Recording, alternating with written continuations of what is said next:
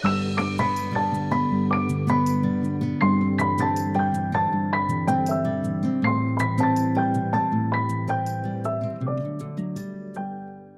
guys, and welcome to my channel. My name's Katie if you're new here, and today I'm going to be sharing with you my newborn nighttime routine. So I recently had my fourth baby. He is almost 8 weeks old, and in this video I'm going to share with you some tips and tricks that I've learned along the way and just ways to make your nighttime go more smoothly and help your baby go to sleep. So I really love the nighttime.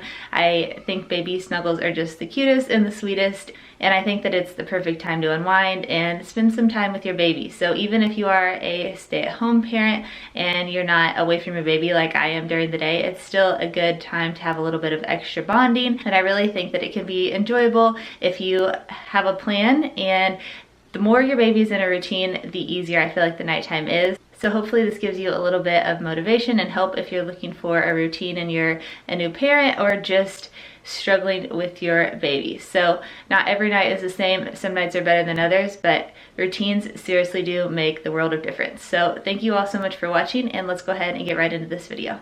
Our newborn routine typically starts right after the other kids have finished with their dinner, and this is usually between 6:30 and 7.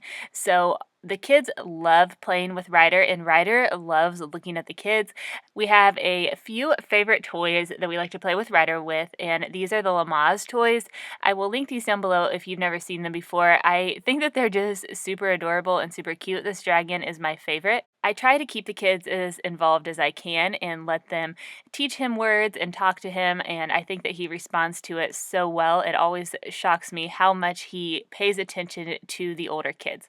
I also try to implement some tummy time. Tummy time is so important for babies to develop the muscles in the back of their neck, and tonight Ryder really wasn't feeling it. It depends on the night if he's into it or not into it, but as soon as he starts fussing and being upset, then I move him off of his tummy.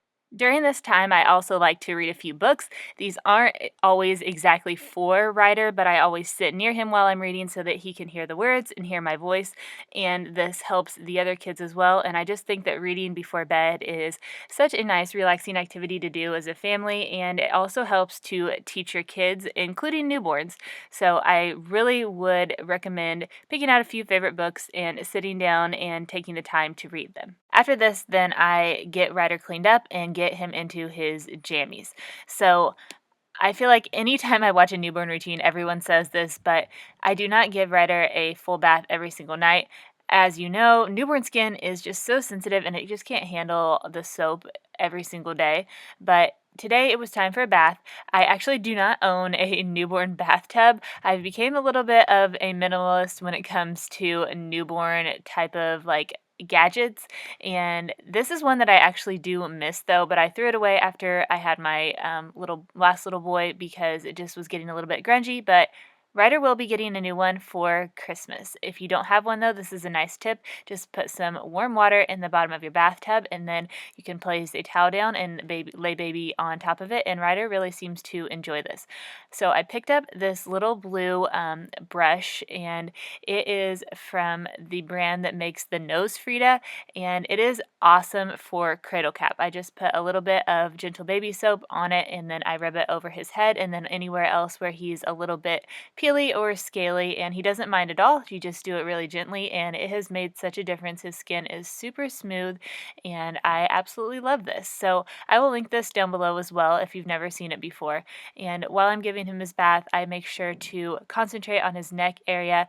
If milk gets caught in there, then it is just gross and smelly. So I make sure, even if I don't give him a bath, to always wash his face and wash his neck area to keep him clean. To wash Ryder, I use this Aveeno Baby wash and shampoo. It is super gentle and tear-free. There are plenty of other good options out on the market. This just doesn't seem to irritate his skin, and he does have pretty sensitive skin. And here's a look at this little brush that I was talking about. It really is so nice. In the back of it is a suction cup, so you can stick it to the back of your shower in between washes if you'd like to. And I also recommend using these baby towels with a hood. When babies get out of the bath, they are a little bit fussy, and this helps keep them warm and also dry their hair. After Ryder's bath, then I will lay him down and start getting him dressed. This is probably his least favorite part because he is a little bit cold just for a couple seconds. I try to keep this as quick as I can, and he has been not feeling 100% the last day or two, so he is a little bit more fussy than usual, but I just take his towel and dry him off, and then after I have his diaper on, then I go ahead and put some lotion on him. I typically use Aquaphor Unscented on any areas where he is super dry and scaly. I actually learned this when I had my little boy River right before Ryder.